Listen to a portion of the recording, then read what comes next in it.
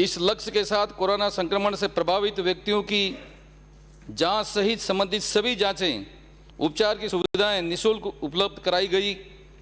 कोई भूखा नहीं सोए संकल्प के साथ जरूरतमंदों को भोजन सहित अन्य सुविधाएं उपलब्ध कराई गई हैं। माननीय अध्यक्ष महोदय, महामहिम राज्यपाल महोदय के अभिभाषण के धन्यवाद में मैं यही बात भी रखना चाहूँगा कि कोरोना समाज के हर व्यक्ति को किसी प्रकार की मुख्य धारा से जोड़कर विकासपूर्वक दृष्टिकोण का दायरा बढ़ाते हुए राज्य की जन कल्याणकारी सरकार ने कृषक भी की हो, इंदिरा रसोई की योजना लाए हो, वन स्टॉप शॉप, सामाजिक सुरक्षा पेंशन योजना लाए हो, महिला सशक्तिकरण, जल संरक्षण योजना, चिकित्सा जैसी महत्वपूर्ण सुविधाओं को तथा आयुष्मान भारत, महात्मा गांधी राष्ट्रीय स्वास्थ्य बीमा जैसी योजनाओं का विस्तार आम जन की ऊर्जा का एक संचार करता है। माननीय अध्यक्ष महोदय, प्रारंभ में प्रदेश की जांच की सुविधाएं नहीं होने के कारण जो बीमार व्यक्तियों के सैंपल हमारे बाहर पुणे जाया करते थे और इसकी जांच बहुत लेट हो जाती थी। मुझे आज बताते हुए बहुत हर्ष है माननीय सभापति जी कि प्रदेश कोरोना की जांच किस वर्तमान में 70,000 टेस्ट प्रतिदिन करने की क्षमता हमारे पास में उपलब्ध है। माननीय सभापति महोदय, कोरोना की रोकथाम और उपचार के प्रदेश में 140 कोविड अस्पताल, डेडिकेटेड कोविड हेल्थ सेंटर, 43,000 से अधिक isolation bed, 1,899 ventilators, 3,170 ICU bed के साथ ही पर्याप्त मात्रा में किट्स, दवाइयों और अन्य उपकरण की सुविधा आज राजस्थान में उपलब्ध है। माननीय सभापति महोदय, कोरोना प्रदेश रोगियों को संपूर्ण इलाज निःशुल्क किया जा रहा है। गंभीर कोरोना की जांच बचाने के लिए लगभग 40,000 रुपये तक का इंजेक्शन फ्री में दिया जा रहा है एवं 4,000 रुपये कीमत के इंजेक्शन निःशुल्क जांच के लिए सीटी स्कैन सहित अन्य समस्त जांचों की सुविधा निःशुल्क उपलब्ध है। माननीय सभापति महोदय, हमारा राज्य प्लाज्मा थेरेपी में अग्रणी रहा है और कोरोना उपचार के लिए जयपुर, उदयपुर, कोटा, जोधपुर, अजमेर, भीलवाड़ा इत्यादि प्लाज्मा थेरेपी दी जा रही है। माननीय सभापति महोदय, माननीय मुख्यमंत्री जी के प्रति मैं आभार व्यक्त करता हूं और उनको धन्यवाद करता हूं कि चाहे वो सरकारी हो चाहे वो गैर सरकारी हो, कोई भी कर्मचारी कोरोना के दौरान अगर इसकी मौत होती हो, इस स्थिति में 50 लाख रुपए तक की आर्थिक सहायता देने की भी घोषणा माननीय मुख्यमंत्री जी ने कर रखी है। कोरोना जन चेतना के लिए प्रदेश में 21 जून 2020 में जागरूकता अभियान के रूप में राजस्थान के अंदर एक आंदोलन के रूप में प्रारंभ किया गया। राज्य देश में पहली बार मास्क को अनिवार्य लागू करने का कानून बनाकर राजस्थान की जनता को राहत पहुंचाई है। माननीय सभापति महोदय जी, माननीय मुख्यमंत्री निःशुल्क दवा योजना काल में अत्यंत उपयोगी सिद्ध हुई है। इस योजना के प्रारंभ से लगाकर 40 करोड़ से अधिक बार रोगियों को लाभान्वित किया जा चुका है। इस तरह विभिन्न प्रकार की 713 दवाइयाँ, 181 सर्जिकल एवं 77 निःशुल्क उपलब्ध करवाए गए हैं। माननीय सभापति महोदय, इसी तरह से माननीय मुख्यमंत्री निःशुल्क जांच योजना भी आवाम और उपचार अत्यंत महत्वपूर्ण सिद्ध हो रहा है। इस योजना में 90 प्रकार की जांचें निःशुल्क की जा रही हैं। योजना के प्रारंभ से लगाकर अब तक 33 करोड़ 46 लाख निःशुल्क जांचें हो चुकी हैं।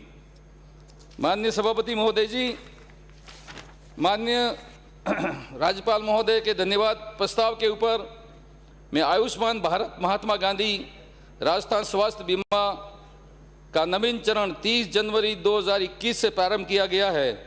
सामाजिक और आर्थिक जनगणना 2011 के आधार पर पात्र अभ्यर्थी परिवारों और राष्ट्रीय खाद्य सुरक्षा अधिनियम के अंतर्गत आने वाले लाभार्थियों को शामिल करते हुए 1 करोड़ 10 लाख को इस योजना में शामिल किया गया है। निःशुल्क बीमा जो मात्र 3 लाख तक का था उसको बढ़ाकर 5 लाख तक कर दिया गया है।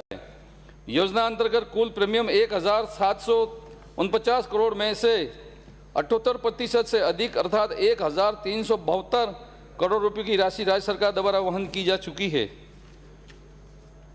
माननीय सभापति महोदय, राजस्थान में डॉक्टर की कमी को देखते हुए माननीय मुख्यमंत्री जी और हमारी लोकप्रिय सरकार ने चिकित्सकों की कमी को दूर करने के लिए 2000 अतिरिक्त पद सृजित कर नई नियुक्तियां प्रदान की गई। 2020 में कुल 2727 चिकित्सकों एवं 11,000 से अधिक नर्सिंग कर्मियों की भर्ती की गई है। माननीय सभापति महोदय जी, इस अभियान में सक्रियता जन सहभागिता में राजस्थान मॉडल राज्य बना है एवं प्रथम चरण में 61% वैक्सीन पूर्ण करने पर विश्व स्वास्थ्य संगठन ने भी राजस्थान की प्रशंसा की है। मैं यहाँ पर मुझे बताते हुए बहुत हर्ष का अनुभव हो रहा है कि वैक्सीन की राजस्थान में जब टीके लग रहे थे तो मैंने सर्वप्रथम आगे होकर अपना टीका लगवाया और दूसरी बार भी मैंने टीका लगवाया। एक भ्रांति थी लोगों में कि इस टीके लगने से क्या होगा, लेकिन टीका लगने से बिल्कुल मैं स्वस्थ हूँ, घूम फिर रहा हूँ। और मैं इस मौके पर पूरे सदन से अपील करता हूँ, पूरे सदन से अपील करता हूँ कि हिंदुस्तान के वैज्ञानिक और हिंदुस्तान के साइंटिस्ट को इस मौके पे हम सबको धन्यवाद करना चाहिए सदन से, और प्रधानमंत्री जी को भी कर दो, कोई बात नहीं, वो देश से अलग नहीं है, उनको भी धन्यवाद करते हैं कि देश में वैक्सीन आने के बाद दुनिया की आंखें खुली हैं और हिंदुस्तान अब दुनिया से पीछे नहीं है, ये करके हमने बता दिया है। आम नागरिकों को बीमारी से बचाव और सुनिश्चित करने के लिए निरोगी राजस्थान अभियान की शुरुआत की गई। अभियान के दौरान स्वास्थ्य जागरूकता तथा आमजन चिकित्सकों के मध्य कड़ी के रूप में कार्य करने के लिए प्रत्येक राजस्व गांव में स्वास्थ्य मित्र के रूप में एक महिला एक पुरुष करीबन 80,000 स्वास्थ्य मित्रों का चयन राजस्थान में हो चुका है। राज्य सरकार स्वदेशी चिकित्सा पद्धति को बढ़ावा देने के लिए प्रयास कर रही है। कोरोना की रोकथाम और उपचार के लिए आयुर्वेदिक, यूनानी और होम्योपैथिक चिकित्सा पद्धति का भी उपयोग किया गया है। राजकीय क्षेत्र में पहली बार जोधपुर और केकड़ी में लगभग 18 करोड़ रुपए की लागत से होम्योपैथिक महाविद्यालय की स्थापना की जा रही है। माननीय सभापति महोदय, प्रधानमंत्री फसल बीमा योजना अंतर्गत वर्ष 2021-22 में 24,23,000 कृषकों को 3,973 करोड़ रुपए की बीमा क्लेम का भुगतान किया जा चुका है। वित्तीय वर्ष 2020-21 खरीफ और रबी के फसल के लिए यूरिया और डीएपी खाद की आपूर्ति निरंतर प्रारंभ करते हुए आज भी निरंतर इसकी पूर्ति की जा रही है।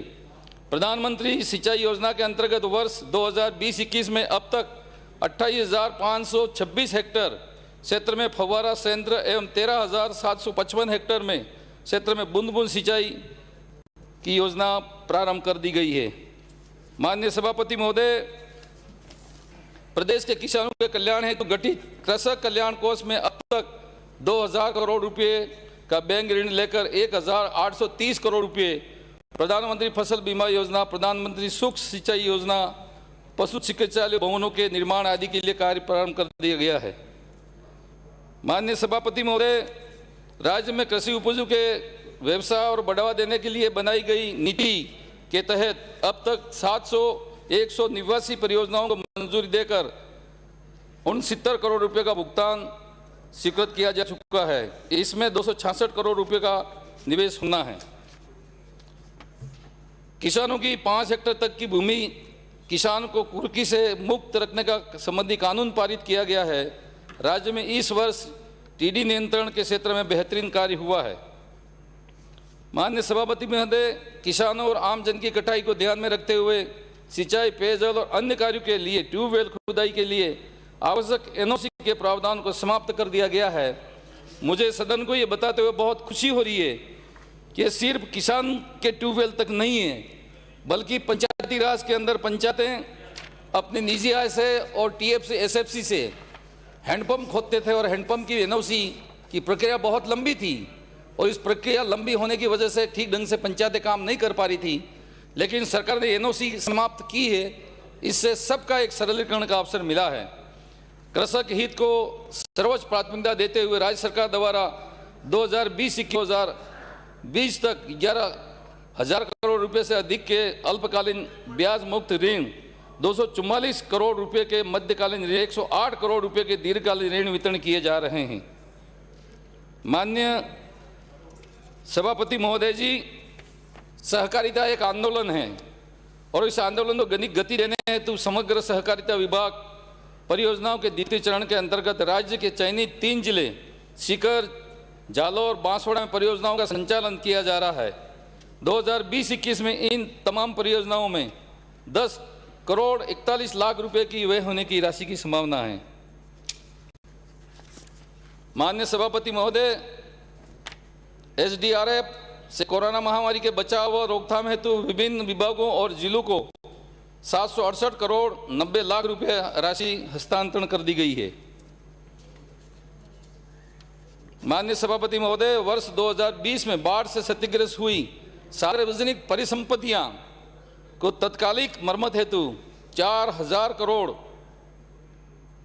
445 कार्यों के लिए 82 करोड़ 12 लाख रुपए की स्वीकृति जारी कर दी गई है। माननीय सभापति महोदय, प्राकृतिक आपदाओं, ओलावृष्टि, बाढ़, सूखा, टिड्डी आक्रमण आदि से होने वाले फसल खराबा से प्रभावित किसानों को कृषि आंदोलन अनुदान भुगतान के लिए वर्ष 2020-21 में 562 करोड़ 98 लाख रुपए आवंटित किए गए हैं। राज्य सरकार द्वारा संचालित सामाजिक सुरक्षा पेंशन की विभिन्न योजनाओं में लगभग 83,85,000 पेंशनर को प्रति माह पेंशन की राशि का भुगतान किया जा रहा है। योजनाओं में 2020-21 में अब तक 7,041 करोड़ रुपए की राशि का पेंशन का भुगतान किया जा चुका है। माननीय सभापति महोदय, कोरोना बीमारी को दृष्टिगत रखते हुए पेंशनर के अतिरिक्त अन्य वर्गों BPL, स्टेट BPL, अंत्योदय भवन निर्माण श्रमिकों, निराश्रित, असहाय, वेंडर सहित लगभग 33 लाख जरूरतमंद परिवारों को 3,500 रुपये के हिसाब से 1,155 करोड़ रुपए की राशि उनको हस्तांतरण कर दी गई है। राज्य सरकार द्वारा सिलिकोस पीड़ित परिवारों को पुनर्वास हेतु नीति के अंतर्गत पीड़ित परिवार के बच्चों को पालनहार योजना का लाभ प्रदान किया जा रहा है।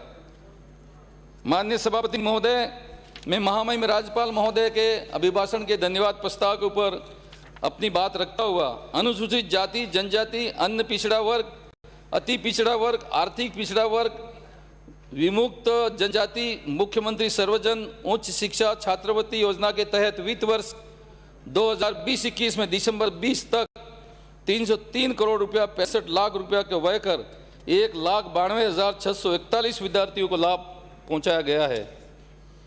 राज्य सरकार द्वारा विशेष योग्य जन कल्याण के लिए संचालित 6 मुख्य योजनाओं के अंतर्गत 2 वर्षों में 15 करोड़ 55 लाख रुपए व्यय कर 10,202 विशेष योग्यजनों को लाभान्वित किया गया है। माननीय सभापति महोदय, अल्पसंख्यक व आर्थिक संबल प्रदान करने की दृष्टि से पोस्ट मैट्रिक छात्रवृत्ति योजना तथा मेरिट कम मीन्स छात्रवृत्ति योजना के लाभान्वित किए जाने के साथ ही बेरोजगार युवाओं में रोजगार और स्वरोजगार के लिए कौशल विकास प्रशिक्षण दिया जा रहा है। राज्य में पंजीकृत 3,260 मदरसों में 1,92,000 से अधिक छात्र छात्राएं लाभान्वित हो रही हैं। जनजाति क्षेत्र में 1,26,000 शहरिया, खेरवा एवं 3,253 कथोड़ी व्यक्तियों को प्रतिमाह प्रति यूनिट 500 ग्राम दाल, 500 ग्राम मिलीलीटर तेल और 250 मिलीलीटर देसी घी निःशुल्क उपलब्ध कराया जा रहा है। अनुसूचित क्षेत्र माड़ा और शहरिया क्षेत्र में 2,519 केंद्रों का संचालन कर 74,170 बालक बालिकाओं को लाभ दिया जा रहा है। कुसुम योजना के अंतर्गत 4,500 जनजाति कृषकों को लाभान्वित करने के लिए स्वीकृति जारी कर दी गई है। सौर ऊर्जा आधारित 54 सामाजिक जल सिंचाई योजनाओं हेतु 23 करोड़ रुपए की स्वीकृति जारी कर दी गई है।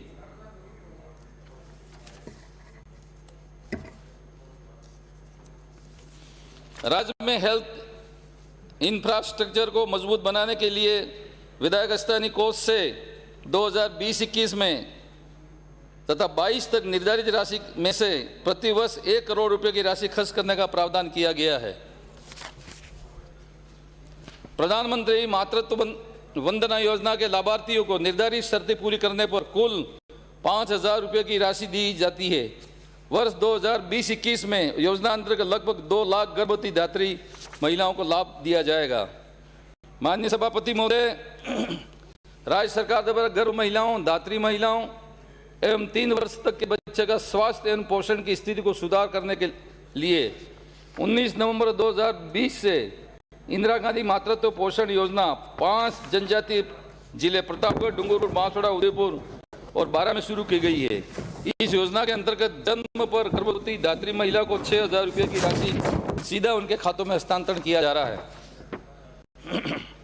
राज्य सरकार द्वारा गांवों में सुनियोजित और चरणबद्ध विकास के लिए शुरू की गई और पंचायती राज की विभिन्न योजनाओं में वित्तीय वर्ष 2020-21 में 4,372 करोड़ रुपए का व्यय आधारभूत संरचना के अंतर्गत 9,300 कार्य पूर्ण कराए गए हैं।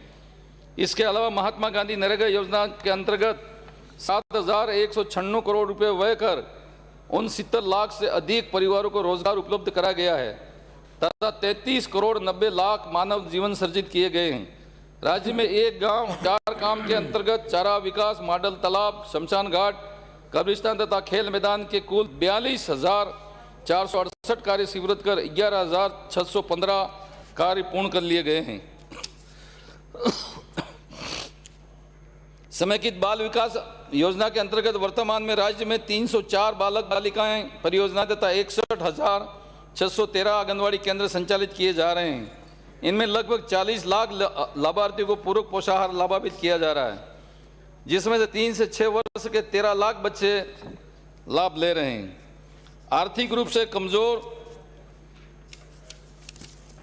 वर्गों के पांव को सक्षम और आत्मनिर्भर बनाने के लिए राजीविका योजना के अंतर्गत 1,84,805 करोड़ रुपए का व्यय प्रदान कर 21,50,000 परिवारों को लाभान्वित किया जा रहा है।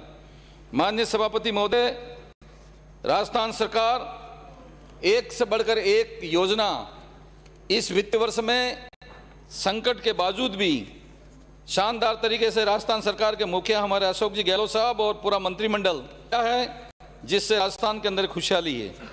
राजीव गांधी जल संचय योजना के प्रथम चरण में जल संग्रह संरक्षण के 18,000 कार्य पूर्ण कर लिए गए हैं। पंचायती राज विभाग के अंतर्गत 14 एवं 15 वित्त आयोग में 1,422 करोड़ रुपए व्यय करके 36,600 का, 5वें वित्त आयोग में 425 करोड़ रुपए खर्च कर 13,558 कार्य चलाए जा रहे। स्वच्छ भारत मिशन ग्रामीण के अंतर्गत वर्ष 2020-21 में व्यक्तिगत शौचालय, सामुदायिक स्वच्छता परिसर और ठोस और तरल कचरा प्रबंधन के कार्य संपादित करे जा रहे हैं। इस हेतु 1,298 करोड़ रुपए की कार्य योजना अनुमोदित की जा चुकी है।